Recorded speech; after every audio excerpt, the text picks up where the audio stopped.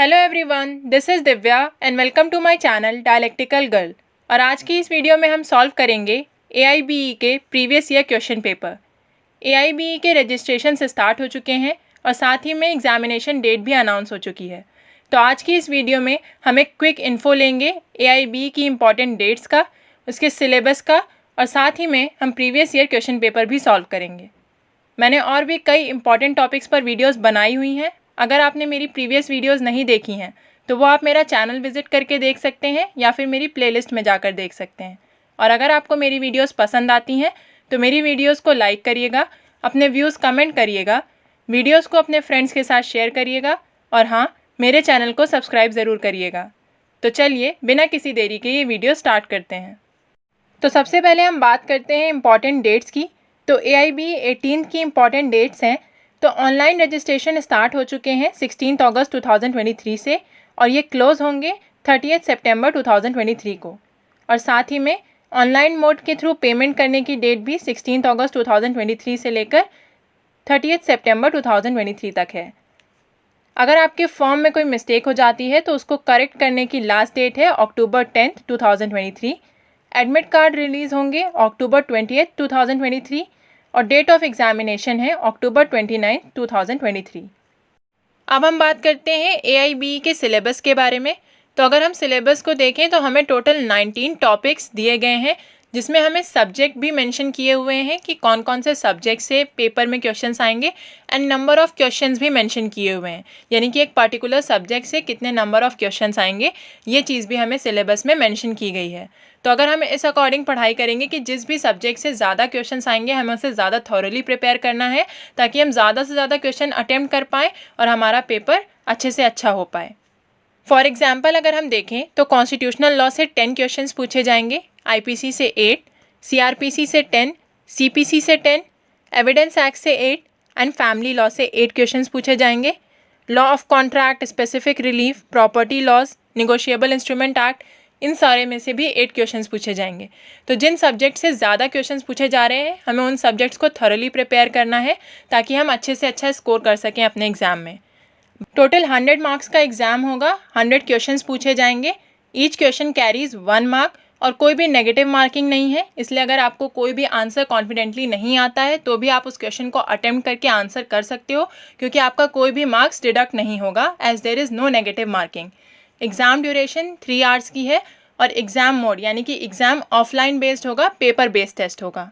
Registration process से related और details के लिए आप ऑल इंडिया बार एग्जामिनेशन की ऑफिशियल वेबसाइट को विजिट कर सकते हो या फिर मैंने एक शॉर्ट अपलोड किया था, आप उसे जाकर मेरे चैनल पर देख सकते हो, जहां पर आपको जनरल इंस्ट्रक्शंस और मैंडेटरी डॉक्यूमेंट्स के बारे में इंफॉर्मेशन मिल जाएगी।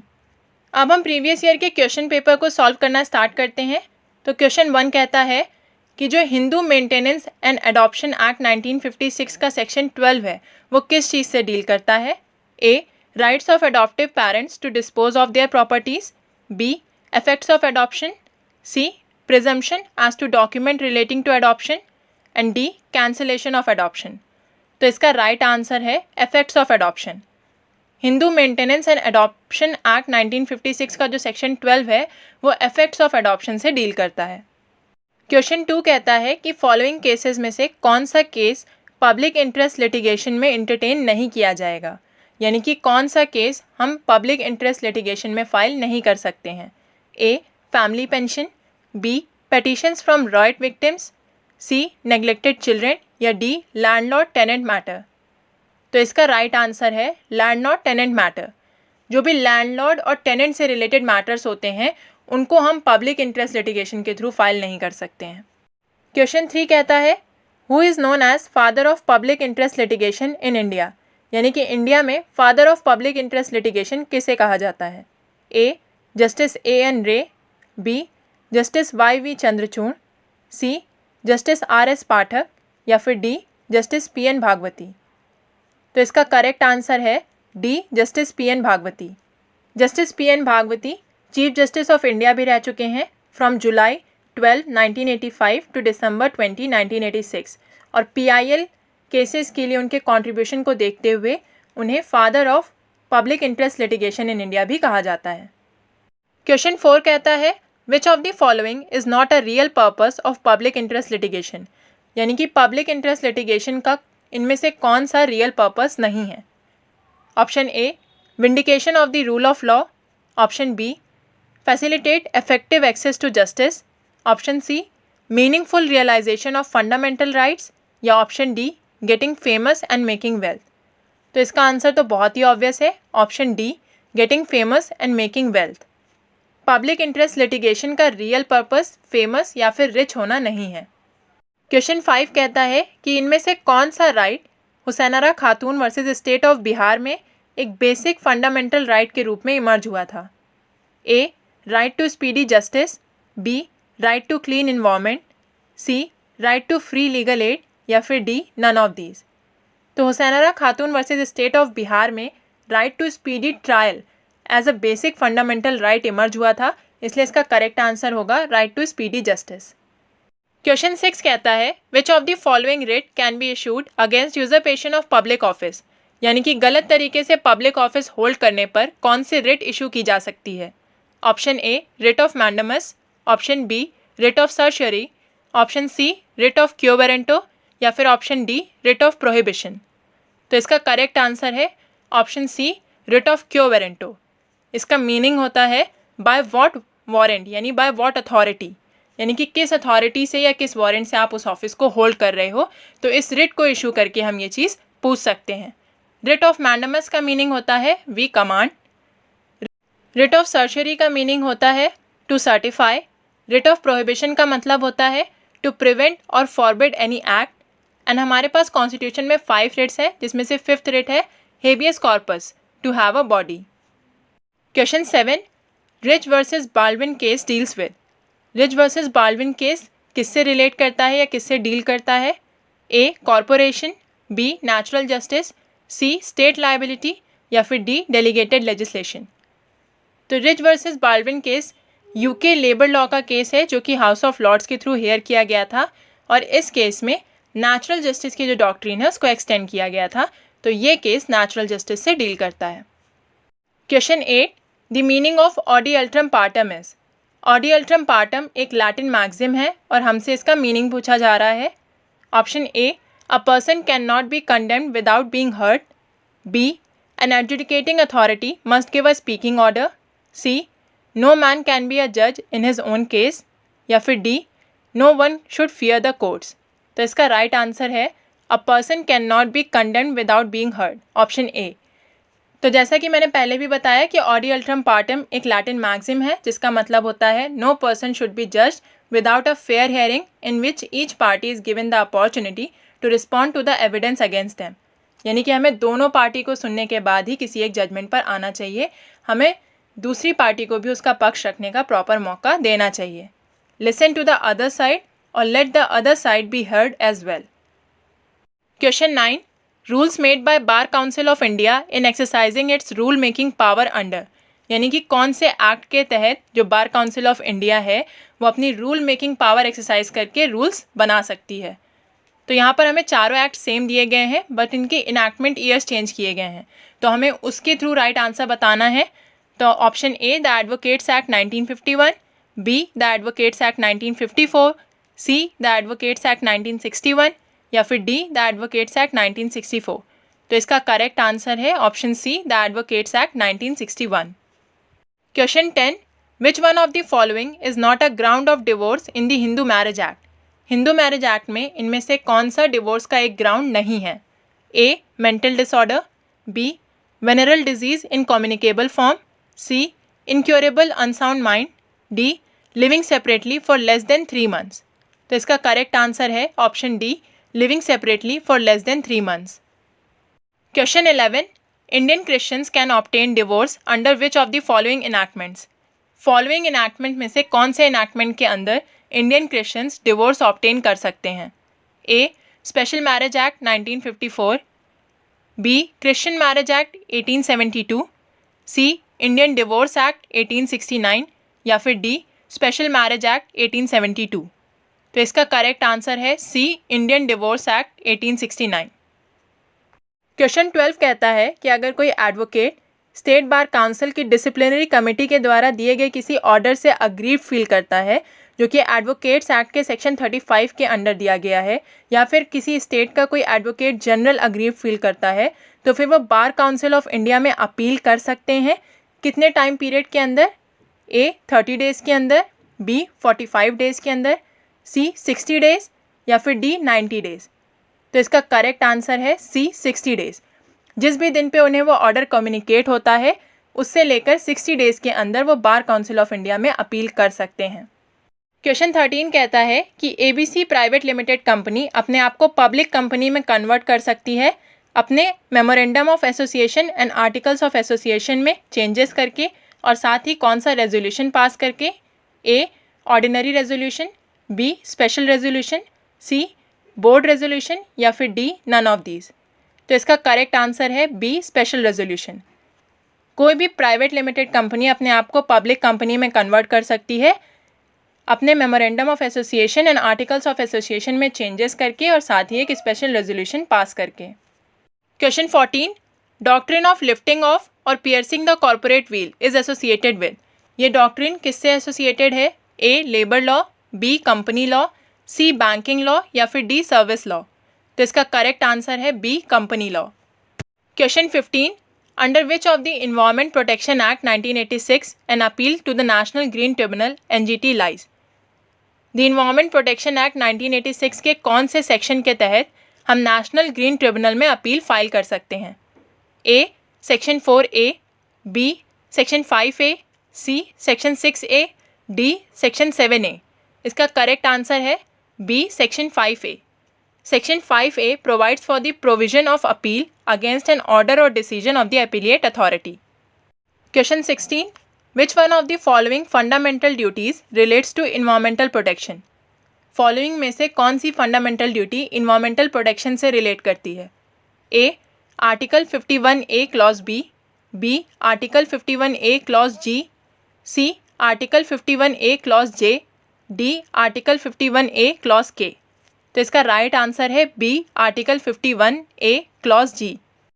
आर्टिकल 51A क्लॉज जी सभी इंडियन सिटीजन्स पर एक ड्यूटी इम्पोज करता है कि वो नेचुरल इन्वायरमेंट को इम्प्रूव और प्रोटेक्ट करेंगे एंड सभी लिविंग क्रिएचर्स के प्रति करुणा रखेंगे। क्वेश्चन 17 कहता है कि मिस्टर ए कंट्रोलर या फिर किसी एडजुडिकेटिंग ऑफिसर के किसी ऑर्डर से अग्रीव फील करके साइबर एपिलिएट ट्रिब्यूनल में अपील करते हैं, और बाद में वो साइबर एपिलिएट ट्रिब्यूनल के डिसीजन से भी अग्रीव फील करते हैं। तो अब वो कहाँ पर अपील कर सकते हैं? ए इन एनी डिस्ट्रिक्ट कोर्ट, यानी किसी भी डिस्ट्रिक्ट कोर्ट में, इन हायर ट्रिब्यूनल, सिर्फ और सिर्फ हाई कोर्ट में, या फिर डी सिर्फ और सिर्फ सुप्रीम कोर्ट में। तो इसका करेक्ट आंसर है सी सिर्फ और सिर्फ हाई कोर्ट में। जिस भी दिन उन्हें साइबर एपिलिएट ट्रिब्यूनल का डिसीजन कम्युनिकेट होता है उस दिन से लेके 60 डेज़ के अंदर वो हाई कोर्ट में अपील फाइल कर सकते हैं।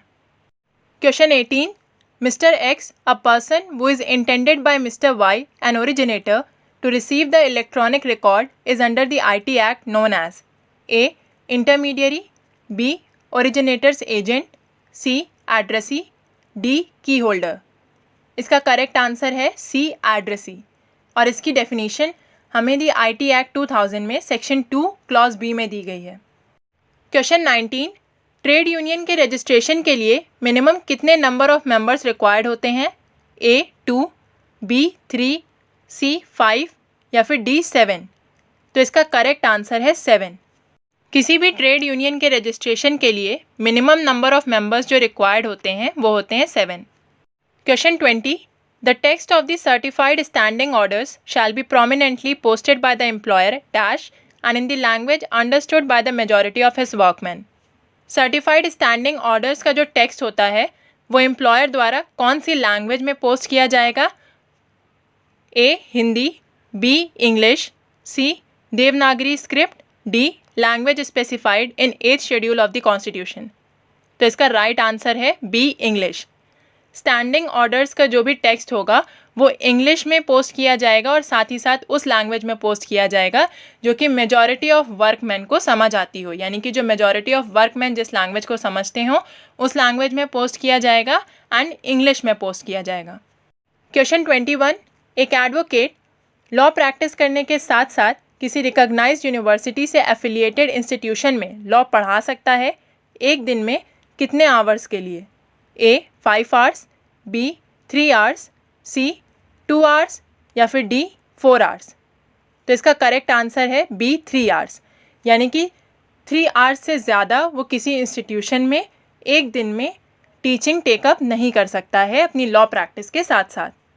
Question 22, in which of the following landmark case the advocate was held guilty of professional misconduct as he had forged the court order? इनमें से कौन से लैंडमार्क केस में एक एडवोकेट को प्रोफेशनल मिसकंडक्ट का गिल्टी पाया गया था? A Pratap Narayan versus Y.P. Raheja, B Vikramaditya versus Shrimati Jamila Khatoon, C Babulal Jain versus Subhash Jain, D Shrimati P Pankajam versus B.H. Chandrashekhar? इसका करेक्ट आंसर है C Babulal Jain versus Subhash Jain.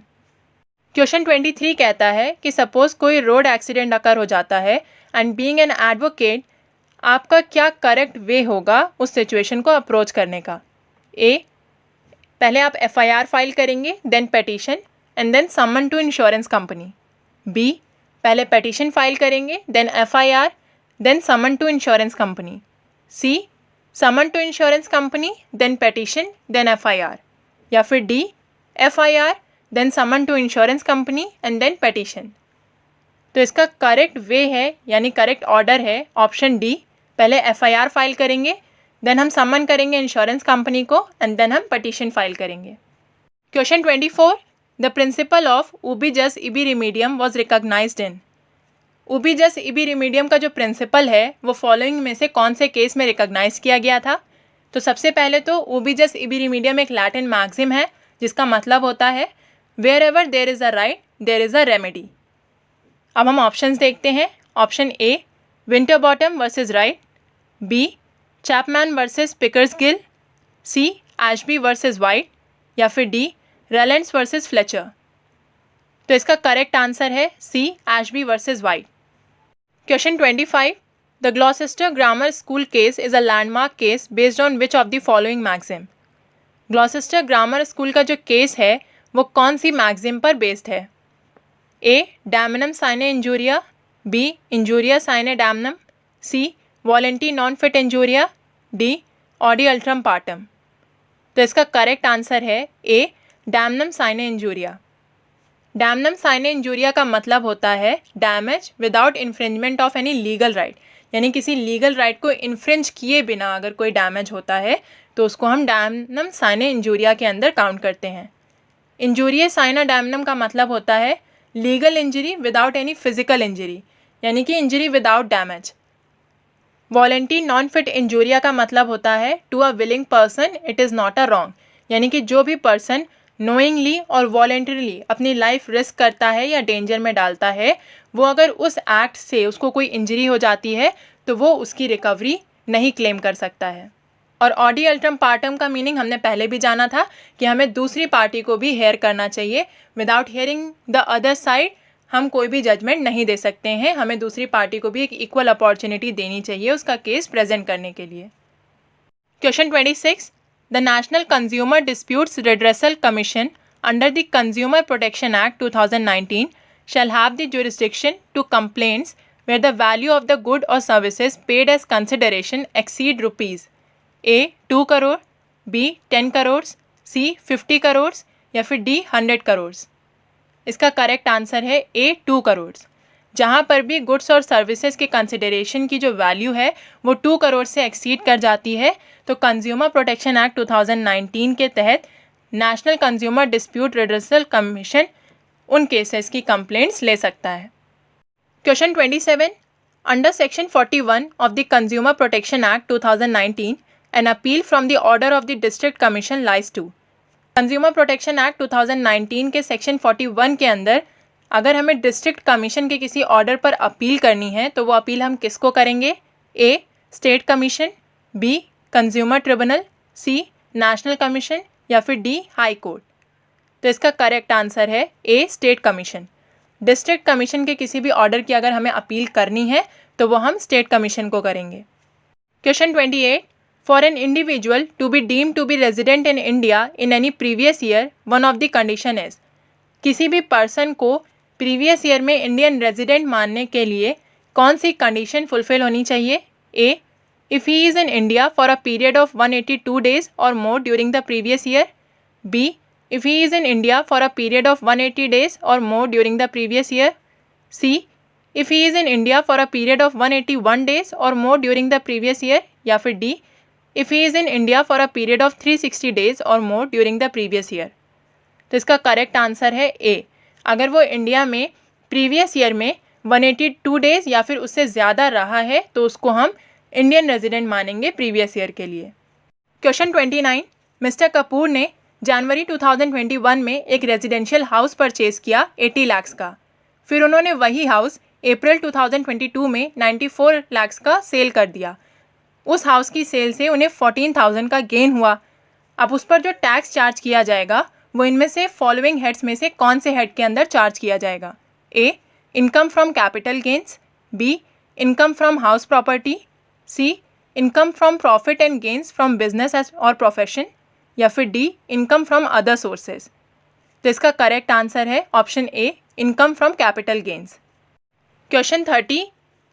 Factories act 1948 के अंदर कोई ऐसा पर्सन जिसके पास फैक्ट्री अफेयर्स का अल्टीमेट कंट्रोल होता है, उसे क्या कहा जाता है? A, occupier. B, managing director. C, chairman. या फिर डी, मैनेजर. तो इसका करेक्ट आंसर है A, occupier.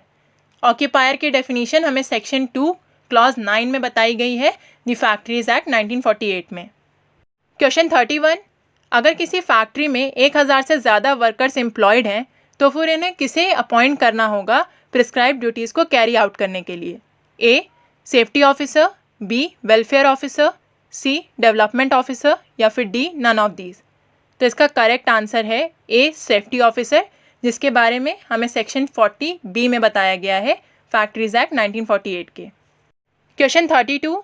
B, the proprietor of a newspaper publishes at A's request a libel upon C in the paper and A agrees to indemnify B against the consequences of the publication and all costs and damages of any action in respect thereof. B is sued by C and has to pay damages and also incur expenses. Decide in the light of the section 224 of the Indian Contract Act 1872. A is not liable to B upon indemnity. B, A is liable to B upon indemnity. C, A is not liable to C upon indemnity. या फिर D, none of these. तो इसका correct answer है A is not liable to B upon indemnity. Option A. Question 33. A person whom the agent names to act for the principal in the business of agency under the express or implied authority to name is called the dash. A, sub-agent. B, substituted agent. C, agent. या फिर D, procured agent. इसका correct answer है A, sub agent. Question 34. A dash injunction can only be granted by the decree made at the hearing and upon the merit of the suit. The defendant is thereby perpetually enjoined from the assertion of a right or from the commission of an act which could be contrary to the rights of the plaintiff. कौन सा ऐसा injunction है जो कि किसी भी suit के merits या हियरिंग पर अगर कोई डिक्री दी गई है तो उस पर ग्रांट किया जा सकता है? A, temporary injunction. B, perpetual injunction. C, both temporary and perpetual. या फिर डी, नन ऑफ दीज. तो इसका करेक्ट आंसर है B, perpetual injunction. Section 35 specific relief act 1963 के सेक्शन 5 के अकॉर्डिंग अगर कोई पर्सन किसी स्पेसिफिक इमूवेबल प्रॉपर्टी के पोजेशन के लिए इंटाइटल्ड है तो वो इनमें से कौन से एक्ट के प्रोविजंस के थ्रू उसको रिकवर कर सकता है? Option A, the specific relief act 1963. B, the Code of Civil Procedure 1908. C, the Code of Criminal Procedure 1973. D, the Transfer of Property Act 1882. तो इसका करेक्ट आंसर है B, the Code of Civil Procedure 1908. Question 36. Where the mortgagor delivers possession of the mortgaged property to the mortgagee and authorizes him to retain such possession until payment of the mortgage money and to receive the rents and profits accruing from the property in lieu of interest or in payment of the mortgage money, the transaction is called a dash mortgage. A, conditional mortgage. B, English mortgage. C, simple mortgage. या फिर D usufructuary mortgage. तो इसका correct answer है D usufructuary mortgage. Question 37, mister Manjot जो कि एक trader हैं और गुड्स सप्लाई करते हैं अपनी फर्म मिस सिंह ट्रेडर से, उनके जो फर्म का ऑफिस है वो दिल्ली में सिचुएटेड है और उनके जो गोडाउन्स हैं वो state of Uttar Pradesh, Punjab and Jammu Kashmir में लोकेटेड हैं। उन्होंने करंट फाइनेंशियल ईयर में फॉलोइंग इंट्रा स्टेट सप्लाईज करी, दिल्ली में इतनी, पंजाब में इतनी, उत्तर प्रदेश में इतनी एंड जम्मू एंड कश्मीर में इतनी। अब हमें ये बताना है कि जो मिस्टर मनजोत हैं उन्हें कौन कौन से स्टेट में जीएसटी के अंडर रजिस्ट्रेशन कराना होगा। A Delhi, Punjab, Uttar Pradesh and Jammu and Kashmir, B Delhi, Uttar Pradesh and Jammu and Kashmir, C Delhi and Uttar Pradesh, या फिर डी दिल्ली। तो इसका करेक्ट आंसर है A Delhi, Punjab, Uttar Pradesh and Jammu and Kashmir. Question 38, the primary GST slab for any regular tax payers are presently pegged at a 0%, 5%, 12%, 18%, 26%, या फिर B 0%, 6%, 12%, 18% and 28%, या फिर सी 0%, 5%, 12%, 18% and 28%, या फिर डी 0%, 5%, 12%, 16% एंड 28%। तो इसका करेक्ट आंसर है option C 0%, 5%, 12%, 18% and 28%। Question 39, the negotiable instrument act 1881 में इनमें से कौन सी चीज़ निगोशिएबल इंस्ट्रूमेंट के रूप में डिफाइन नहीं की गई है। A promissory note, B bill of exchange, C cheque, या फिर डी बिलिंग रिसिप्ट। तो इसका करेक्ट आंसर है D billing receipt. Question 40, right to fair compensation and transparency in land acquisition, rehabilitation and resettlement act 2013 के according इनमें से कौन से पर्पस के लिए अप्रोप्रिएट गवर्नमेंट लैंड को एक्वायर कर सकती है। पहला, for strategic purposes relating to naval, military, air force and arm forces of the union. दूसरा, project for water harvesting and water conservation structures, sanitation. तीसरा, project for project affected families. चौथा, project for sports, health care, tourism, transportation और space programme. तो इन चारों purposes में से कौन से पर्पस के लिए जो अप्रोप्रिएट गवर्नमेंट है वो लैंड को एक्वायर कर सकती है। A 1, 2 and 3, B 2, 3 and 4, C 1, 2 and 4, या फिर डी 1, 2, 3 एंड 4। तो इसका करेक्ट आंसर है ऑप्शन डी 1, 2, 3 एंड 4, यानी कि इन सभी पर्पसेस के लिए अप्रोप्रिएट गवर्नमेंट लैंड को एक्वायर कर सकती है। Question 41, right to fair compensation and transparency in land acquisition, rehabilitation and resettlement act 2013 में स्पेसिफाइड पर्सन के अंडर कोई भी पर्सन आता है other than A appropriate government, B government company, C association of persons or trust or society wholly or partially aided by the appropriate government or controlled by the appropriate government, या फिर D all of these. तो इसका correct answer है D all of these. Question 42, trademarks act 1999 के purpose के लिए इनमें से कौन सा ट्रेडमार्क्स का रजिस्ट्रार होगा।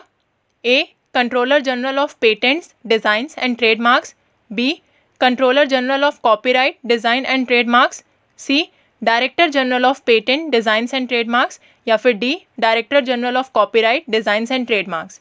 तो इसका करेक्ट आंसर है option A controller general of patent, designs and trademarks, और ये चीज़ हमें ट्रेडमार्क्स एक्ट 1999 के सेक्शन 3 में बताई गई है। क्वेश्चन 43, इनमें से कौन सा आईपीआर का एक टाइप नहीं है। A copyright, B patents, C designs, या फिर डी हिस्टोरिकल इंडिकेशंस। तो इसका करेक्ट आंसर है डी हिस्टोरिकल इंडिकेशंस। क्वेश्चन 44, इनमें से कौन से केस में ये डिसाइड किया गया था कि अगर माइनर के साथ कोई कॉन्ट्रैक्ट किया जाता है तो वो वॉइड होता है। A Carlill versus Carbolic Smokes Ball company, B Chinnaya versus Ramayya, C Mohori Bibee versus Dharmodas Ghose, D Harvey versus Facey. तो इसका करेक्ट आंसर है C Mohori Bibee versus Dharmodas Ghose. Question 45, the specific relief act 1963 में डिक्लेरेटरी डिक्रीज के अंडर इनमें से कौन सी कंडीशन सही है। A section 34 of this said act deals with it, B it is discretionary in nature, C both section 34 of the said act deals with it and it is discretionary in nature, या फिर D none of these।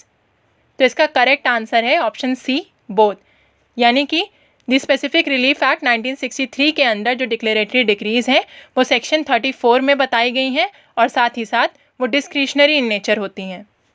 Question 46, 1985 के कौन से amendment act के through anti defection law constitution of India में add किए गए थे? A 51st constitutional amendment, B 52nd constitutional amendment, C 53rd constitutional amendment या फिर डी 54th कॉन्स्टिट्यूशनल अमेंडमेंट। तो इसका करेक्ट आंसर है बी 52nd कॉन्स्टिट्यूशनल अमेंडमेंट। जो एंटी डिफेक्शन लॉ हैं वो 52nd कॉन्स्टिट्यूशनल अमेंडमेंट 1985 के थ्रू कॉन्स्टिट्यूशन ऑफ इंडिया में ऐड किए गए थे। Question 47, in which one of the following cases the supreme court decided that a constitutional amendment is a law with in the meaning of article 13 clause 2 and therefore if it violates any of the fundamental rights it may be declared void? A. Sajjan Singh versus State of Rajasthan, B. Keshwananda Bharti versus State of Kerala, C. Indra Sohane versus Union of India, D. Golaknath versus State of Punjab। तो इसका correct answer है B Kesavananda Bharati versus state of Kerala. Question 48, uniform civil code in India is A fundamental rights, B directive principles of state policy, C government policy, D constitutional right. तो इसका correct answer है B directive principles of state policy.